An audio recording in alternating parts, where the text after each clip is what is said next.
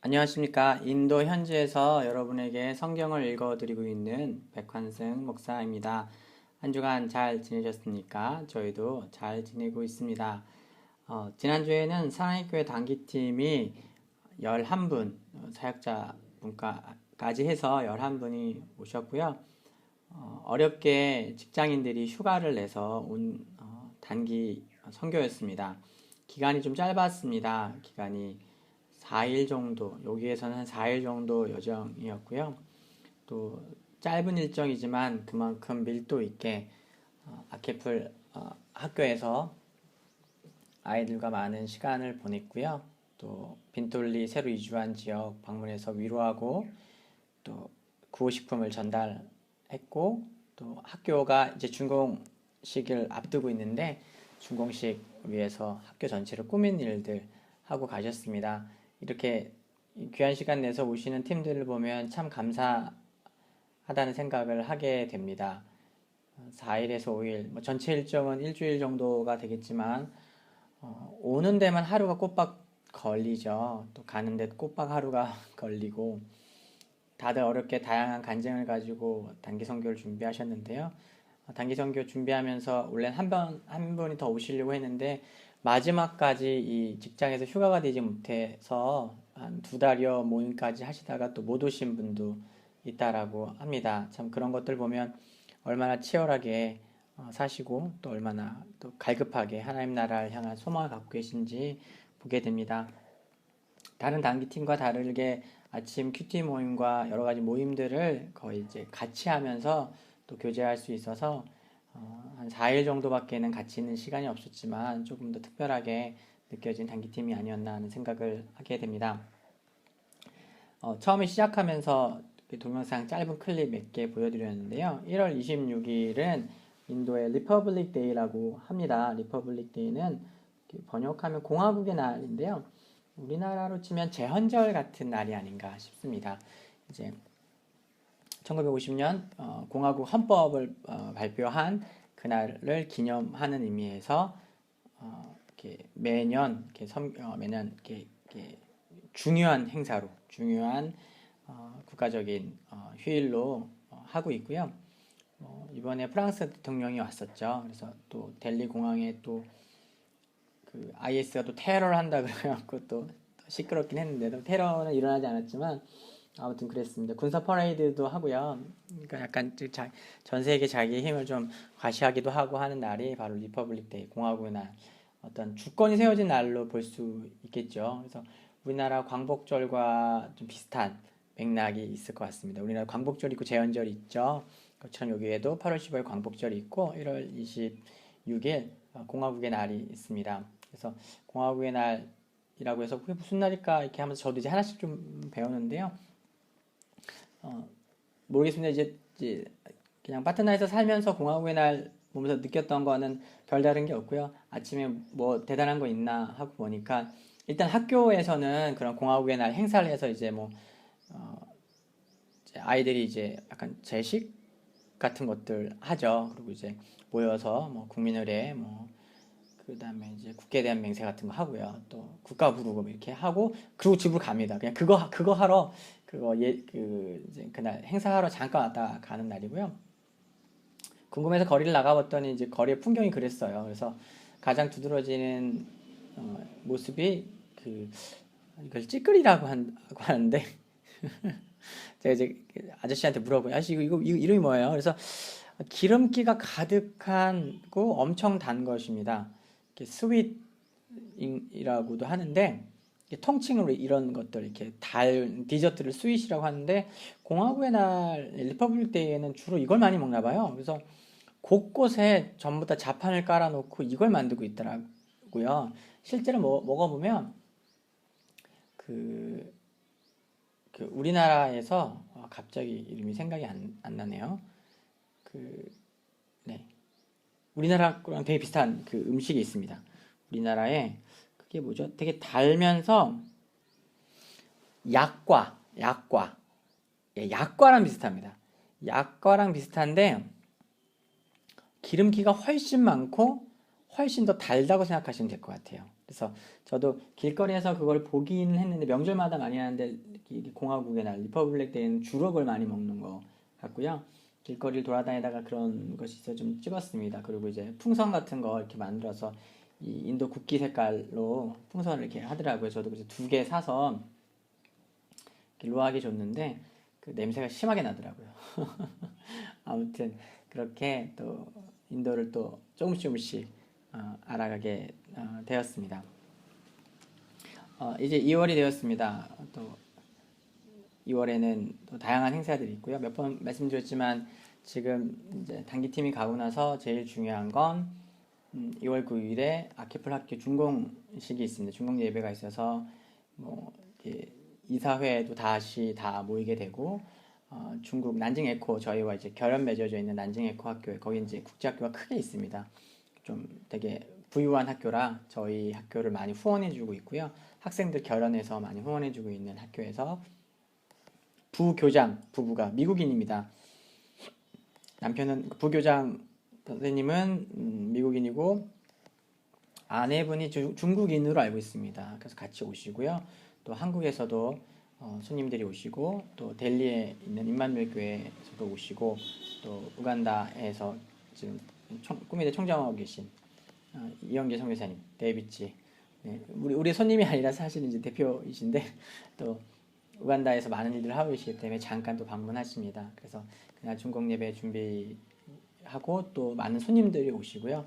또 아킬풀 섬 그 전체 종합 개발 프로젝트의 일환으로 이제 교회 사택을 지어주시기 위해서 또 홍세교회에서 2분이 오십니다. 그래서 이제 컨테이너로 이런 뭐 이제 그 사택 이제 교회만 있으니까 이제 그 교회가 잘 운영되지 않아서 같이 서포트할 수 있는 그래서 사역자들이 살 수 있는 사택을 같이 짓기로 결정해 주셨어요. 그래서 그렇게 잘 되면 앞으로 몇 개의 교회와 사택을 짓겠다라는 마음을 갖고 있는데요. 같이 이제 회의하기 위해서 또 현지 상황을 보기 위해서 이게 섬이기 때문에 이제 컨테이너 이런 거 들여오는데 과연 가능한가? 그래서 지금 컨테이너 딜러와 연락을 해서 하고 있습니다. 그래서 참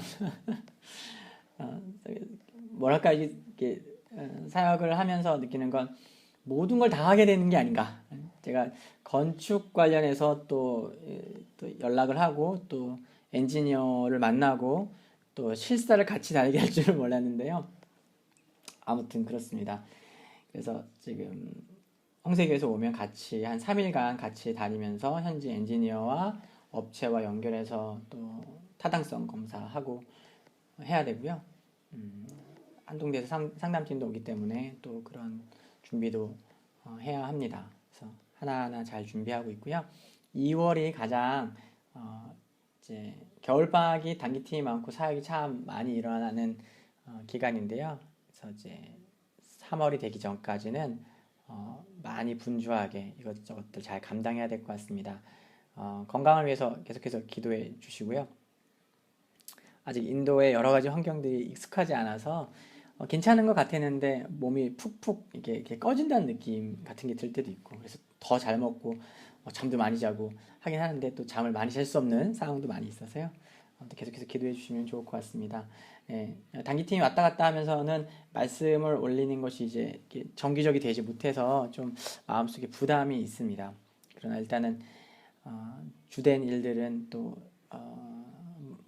뭐랄까 제가 주인공이 되기보다 이렇게 많은 사람들이 주인공이 될 수 있도록 하는 일이 장기 사역의 어떤 주된 업무가 아닌가 싶습니다. 현지 사역자가 주인공이 되게 하고 귀한 시간과 이것을 헌신할 수 있는 단기 사역자들이 단기 팀들이 주인공이 되게 해주고 축복의 도랑 기도 편지의 소식지에도 마지막 부분에 그런 내용들 묵상한 내용 썼는데요. 그런 거 배우고 있습니다. 그래서 나 중심이 아니라 사역이 중심이 되고 가장 하나님의 나라의 일이 잘 되게 하는 거 그것이 제일 중요하다는 거 그리고 하나님께서 그렇게 불러주시지 않았나 하는 생각을 하고 계속 배우고 있습니다. 이런 것들 놓치지 않고 계속 잘 갈 수 있도록 기도해 주시고요. 또 그럼에도 불구하고 그런 분주함과 바쁨 때문에 하나 앞에 계속 머무르는 것, 경건히 서는 것을 이렇게 가벼이 여기지 않을 수 있도록 요즘 유진 피터슨 목사님의 책을 좀 열심히 읽고 있습니다. 유진 피터슨과 이제 디트리 본 회퍼의 책들, 단기팀들이 책을 좀 보내주셔서요. 제가 요청을 하긴 했지만 보내주셔서 읽으면서 참 많이 배우고 있고, 어떤 특정한 사역으로 부르심을 받았다기보다 먼저 목회자로 불러주셨구나. 목회자에 대한 마음이 다시 한번 크게 일어나고, 그리고 기도하지 않는 목회자는 목회자가 될 수 없다. 하나님과 교제하지 않는 목회자는 목회자가 아니다라는 유진 피터슨의 지적, 그리고 디트리 본 해퍼가 이야기하는 그 본질에 관한 이야기들을 보면서 계속해서 스스로를 돌아보고 세워가게 됩니다. 네, 또 사설이 길었는데요. 본문 말씀 보겠습니다. 요한복음 10장 19절부터 30절의 말씀인데요. 제가 이렇게 탈쿰으로 성경 이렇게 번역한 부분 읽어보시면 내용들은 되게 명확합니다. 핵심되는 내용은 무엇이냐면 사실 계속 반복되죠. 어떻게 보면 좀 지겹게 느껴질 수도 있어요. 당신 예수 그리스도가 맞느냐라고 하는 질문, 세상의 질문이 계속 나오고요. 요한복음은 끊임없이 반복적으로 그리스도이시다, 그분이 하나님이시다, 구원자가 되신다, 오실 그 목자 되신다라는 것들을 계속해서 이야기하고 있습니다. 오늘도 그 논쟁이 일어납니다. 그가 그리스도이냐 아니냐, 하나님의 아들이냐 아니냐, 그가 오실 메시아냐 아니냐 얘기하고, 심지어 사람들은 모여서 언제까지 우리를 이렇게 혼란스럽게 할 겁니까? 좀 딱 부러지게 기면 기다 아니면 아니다 얘기해 주십시오. 막 이렇게 예수님께 따지기도 합니다. 사실 이제 이런 논쟁은 의미가 없죠. 이미 여러 번 주님께서 당신이 누구이신지 명확하게 말씀하셨지만 그들에게 들리지 않았고, 예수님 내가 계속해서 얘기하는 너희가 듣지 못한다라고 얘기하고 명확하게 얘기해달라고 얘기하는 건 너희가 내 양이 아니기 때문이다라고 말씀하십니다. 그래서 내 양은 내 음성을 알아듣고 나는 그들을 구원한다. 그리고 그 누구도 내가 구원한 그 양들을 내 품에서 빼앗아 갈 수 없다라고 이야기합니다. 그래서 28절과 29절에 낚아채 갈 사람이 없다, 빼앗아 갈 수 없다라는 이 히브리어란다. 헬라어 단어는 하르파조라는 단어인데요. 낚아채하다, 훔치다, 약탈하다 등과 같은 단어로 사용되었습니다. 저는 다르게 표현했지만 그 헬라어 원어 단어는 동일한 단어이고요. 반복해서 이야기하고 있습니다.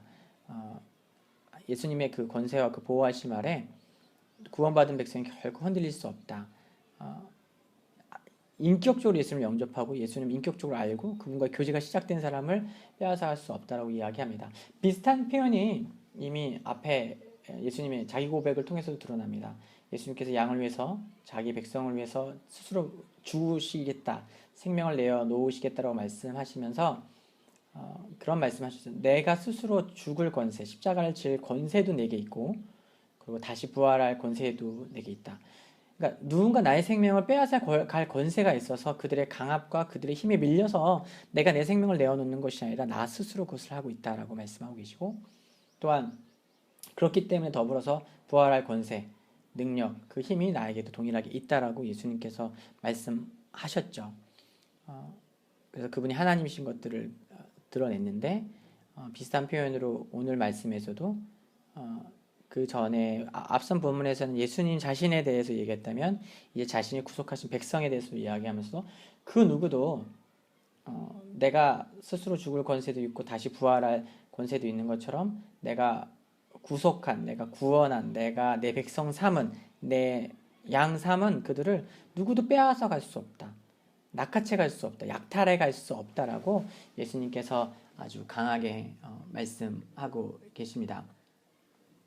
문맥을 잠깐 떠나서 이게 수전절이라고 나옵니다. 수전절이라 나오고, 저는 이제 한우카라고 이렇게 이야기를 했는데, 이거는 어떤 거냐면요, 예수님이 이 말씀을 이제 수전절에 했다라고 하시죠. 이걸 현대어로 요즘은 이제 일반적으로 한우카라고 하고, 유대인들의 중요한 명절, 약간 유대인들의 크리스마스처럼 이제 보내는데요. 이게 어떤 날이냐면 조금 어렵습니다. 말이 좀 어렵습니다. 들어보시면 셀레우코스 왕조의 통치자 안티오코스 에피파네스 4세가 그 주전 167년에 성전을 더럽히게 됩니다. 성전에서 돼지고기를 잡고 뭐 이렇게 난리를 피우게 되죠.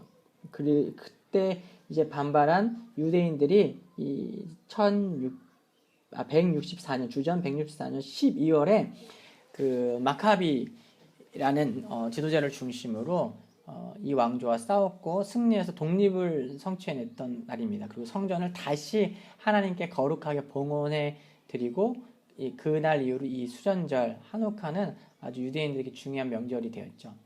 지금 이제 예수님께서 말씀하고 계신 날은 바로 그날입니다. 그 수전절쯤에 말씀하고 계신 겁니다. 아무튼 다시 문맥으로 쫓아나가 보면 이제 학자들에 따라서 이 수전절에 이런 말씀을 하셨다는 것을 사실은 이제 뭐 수전절의 의미 자체가 성전을 빼앗기고 약탈당하고 그랬다 되찾은 날이잖아요. 그것과 이제 빗대어서 하나님의 양들을 하나님의 백성을 약탈되었다가 주님께 다시 찾으시는 그 자기 선언이라고도 표현을 합니다. 또 그렇게 볼 수 있죠. 그렇게 또 확장해서 볼 수도 있을 것 같고요. 저는 오늘 그런 부분보다는 오늘 본문에서 두드러지게 드러나는 것이 그 흔히 얘기하는 선택, 예정이라는 부분이에요. 제가 한독교회 사역할 때 이 부분에 성경 공부할 때는 몇 번 이야기를 했었는데 그것이 무엇인지를 간단하게 좀 설명을 해드리려고 합니다. 왜냐하면 오늘 본문이 그 어떤 그 예정론과 예정이라는 것, 하나님의 선택에 대해서 그래서 한 번 구원받은 백성은 결코 다시는 빼앗기지 않는다. 하나님께 놓치지 않는다. 그렇기 때문에 한 번 구원받은 백성은 다시 지옥의 백성이 될 수 없다. 왜냐하면 하나님의 선택이기 때문에 라는 그 우리가 알고 있는 예정이 실제로 무엇을 얘기하고 있는 건지 살펴보려고 합니다. 실제로 오늘 말씀을 잘 읽어보면 핵심적인 건 두 가지입니다. 내 양이 나를 알아본다. 그리고 나는 그 양을 구원한다. 너희들이 나를 알아보지 못하는 건 내 양이 아니기 때문이다. 그래서 마치 내 양과 내 양이 아닌 것이 처음부터 구별되어 있는 것처럼 보입니다. 그리고 구원받은 백성은 하나님이 결코 빼앗기지 않겠다. 구원의 확정, 흔들리지 않는 그 구원의 보증을 이야기하고 있습니다. 마치 요즘 시대의 금수저, 흙수저라는 표현처럼 태어난 그 존재 시점부터 모든 것이 정해져 있는 거예요. 그래서 발버둥을 쳐보고 애써보지만 결국 흙수저는 금수저들의 삶을 더 윤택하게 하기 위해서 애쓰는 사람에 불구하고 금수저를 물고 태어난 사람은 별다른 노력을 하지 않아도 평생 행복하게 살 수 있다. 마치 그런 논리가 정확하게 1:1 매칭되어 성경의 논리인 것처럼 보이게 됩니다. 제가 이제 페이퍼에도 썼지만 이러한 생각은 매우 잘못된 겁니다. 그래서 이제 예정이라는 단어, 이 이야기들이 믿지 않는 분들에게, 신자가 아닌 사람들에게는 대단히 마음에 거리끼고 불편하게 하는 것입니다. 그럼 뭐야? 다 정해져 있는 거야? 지들끼리 다 해먹는 거야? 그래서 되게 불편하게 하는 거고요. 또 믿는 자들에게는 유대인들이 선민의식을 가져서 우리가 하나님 선택받은 귀한 백성이고 이방인들은 지옥의 불쏘시개, 지옥의 땔감, 그 지옥의 불을 떼려면 땔감이 필요하잖아요. 그 땔감용으로 만들었다라고 하는 어떤 유대교 선민의식처럼 잘못된 버전. 그래서 기독교 선민의식. 나는 거룩한 하나님의 백성이고 교회 다니지 않는 사람들은 더럽고 천한 죄덩어리인 인생이다. 하나님께서 나를 구별하셨기 때문에 나는 저들과 질적으로 다르다. 라는 잘못된 기독교 선민의식을 가지게 하는 요인이 되기도 합니다. 그러면 이 예정이란 무엇일까요? 그래서 실제로 잘못 이해되고 있는 것처럼 누군가는 예언되고 구원받지 않기로 하나님께서 결정하셔서 이미 정해져 있는 어떤 숙명론과 같은 것일까요?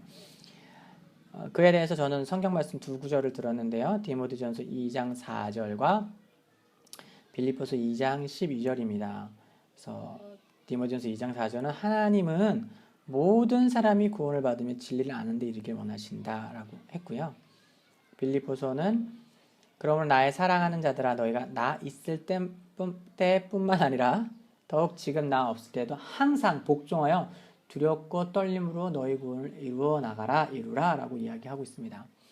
이 두 구절은 우리에게 명확한 기준을 제시해 줍니다. 디모데 전서 2장 4절은 하나님께서 그분의 마음과 인생을 향하는 그분의 열정은 모든 사람이 구원에 이르기를 원하신다는 거예요. 그분의 마음이, 그분의 본심이 그렇다는 거예요. 정해놓고 어떤 사람을 구원하고 구원하지 않는 이런 방식이 아니라는 거예요.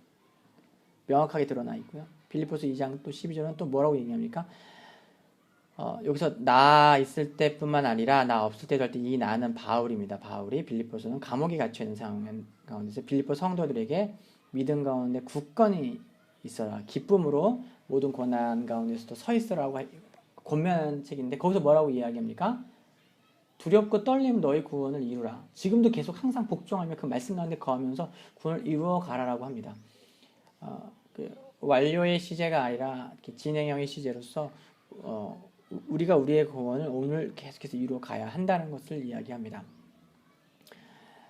그래서 이것을 통해서 우리가 아주 손쉽게 영적 기도문 한번 읽고 구원을 받았다. 그래서 그 구원이 흔들리지 않는다라고 생각하는 것이 얼마나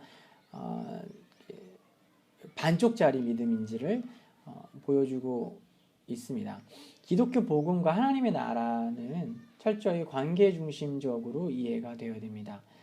어떤 기계적으로 어떤 행위가 주입되고 그에 따른 어떤 은혜가 발생하는 형식, 말을 되게 어렵게 했죠. 쉽게 얘기하면 아주 자주 드는 비유, 많은 사람이 비유 드는 것처럼 자판기에 동전을 놓고 내가 원하는 커피 음료를 누르면 그 음료가 나오는, 이것이 기계적이잖아요. 그것은 그날의 감정과 느낌과 어떤 자판기와 나 사이의 인격적인 교제와는 상관없습니다.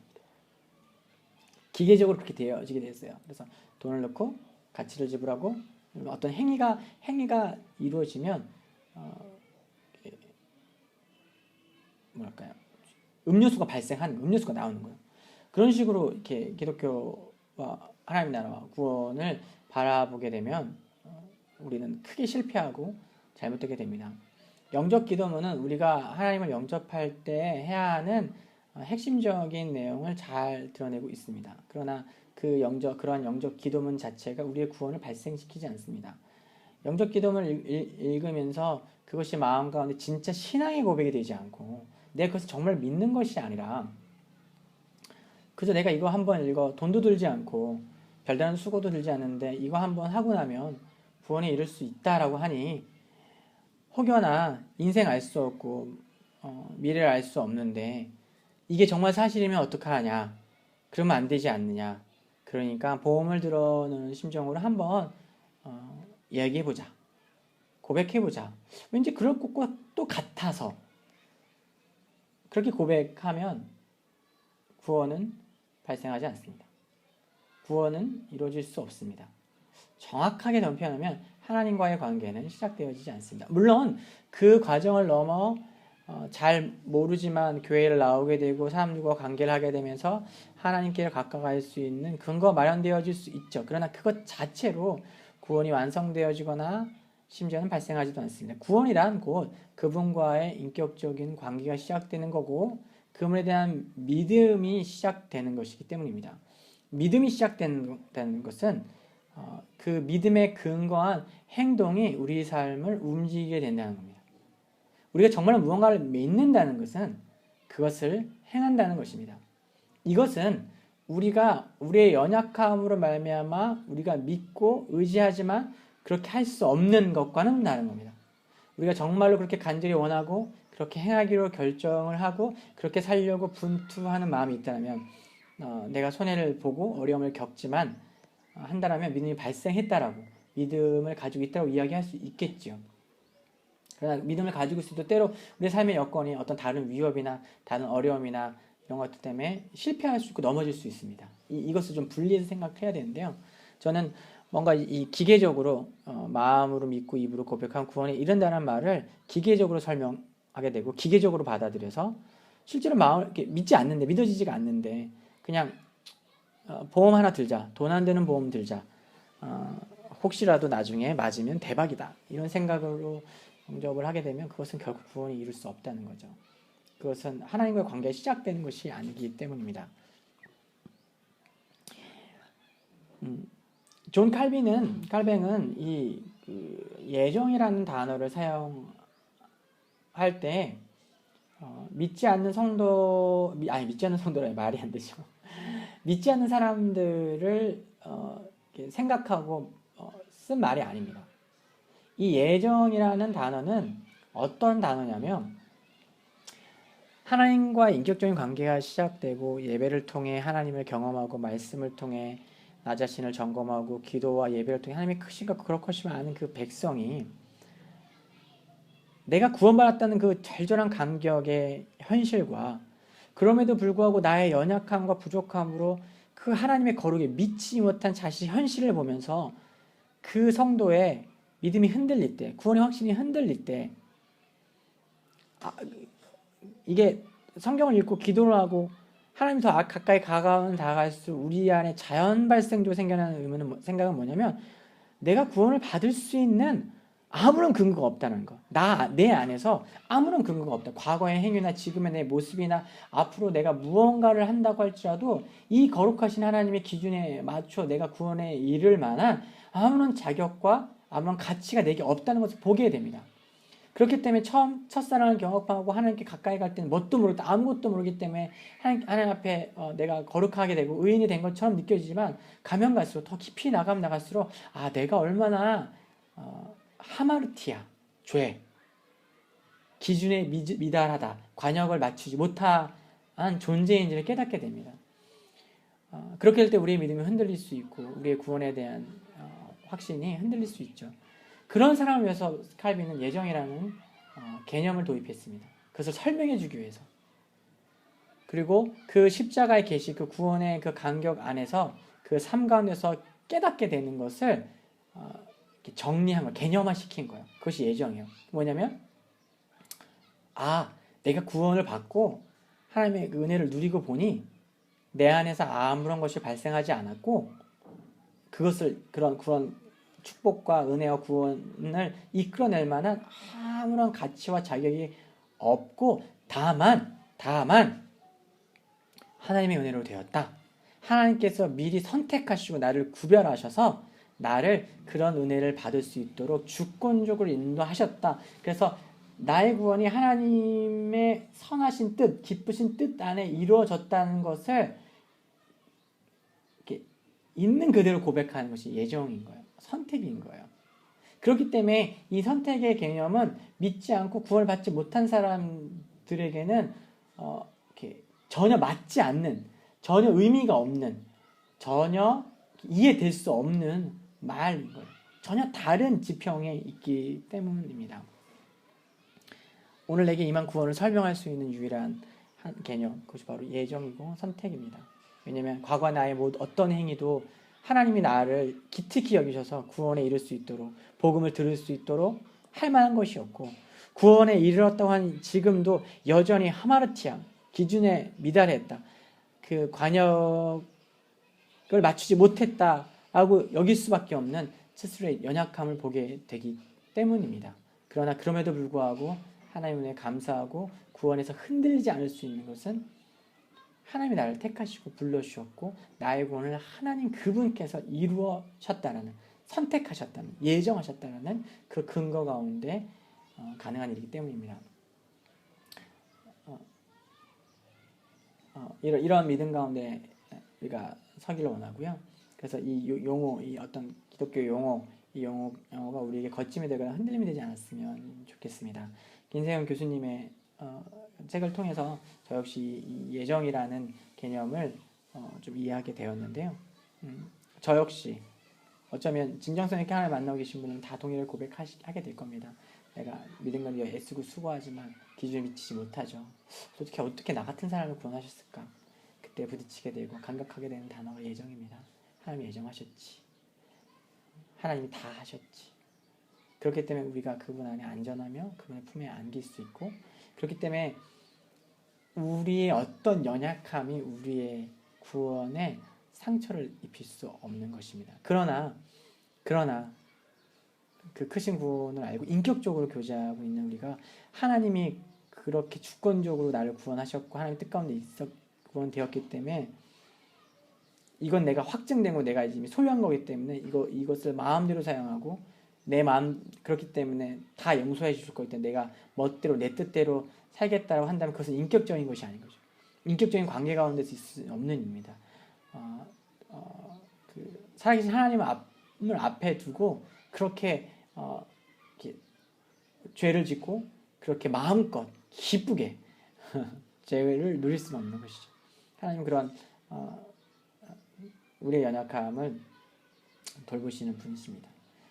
그리고 구원에 이르고 참으로 하나님 인격적으로 고백하고 만났다고 한다면 결국 그렇게 할 수 없는 것이죠.